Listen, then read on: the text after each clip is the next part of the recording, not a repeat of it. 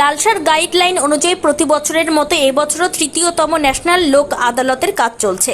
মুর্শিদাবাদের বহরমপুর জেলা আদালত সহ লালবাগ মহকুমা আদালত ও জঙ্গিপুর মহকুমা আদালত ও কান্দি আদালতে একই রকমভাবে বিভিন্ন কেসের নিষ্পত্তি কাজ চলছে।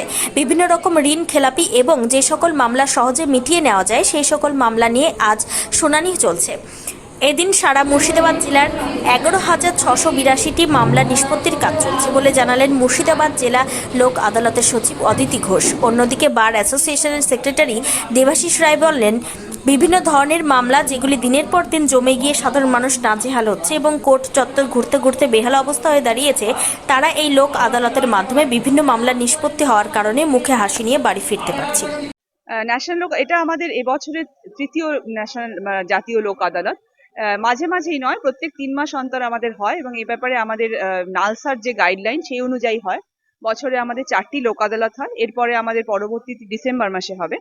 তো লোক আদালত যেটা আমরা সকলেই এতদিনে নিশ্চয়ই জানি এবং শুনেছি যে লোক আদালত হচ্ছে একটা জায়গা যেখানে বিভিন্ন মামলাগুলো নিষ্পত্তি এবং যেগুলো মামলার পূর্ববর্তী যেগুলো মামলা হতে পারে কিন্তু যাতে সেটা না হয় তাই জন্য তার ব্যবস্থা, যে বিভিন্ন ব্যাংক এবং ঋণ খেলাপি যে সমস্ত মানুষজন আছেন, ফাইন্যান্সিয়াল ইনস্টিটিউট তারা আসেন তাদের মামলাগুলো তাদের বিষয়গুলো নিয়ে, ঋণ খেলাপিগুলো নিয়ে, যাতে সেগুলো মামলা অবধি না যায়।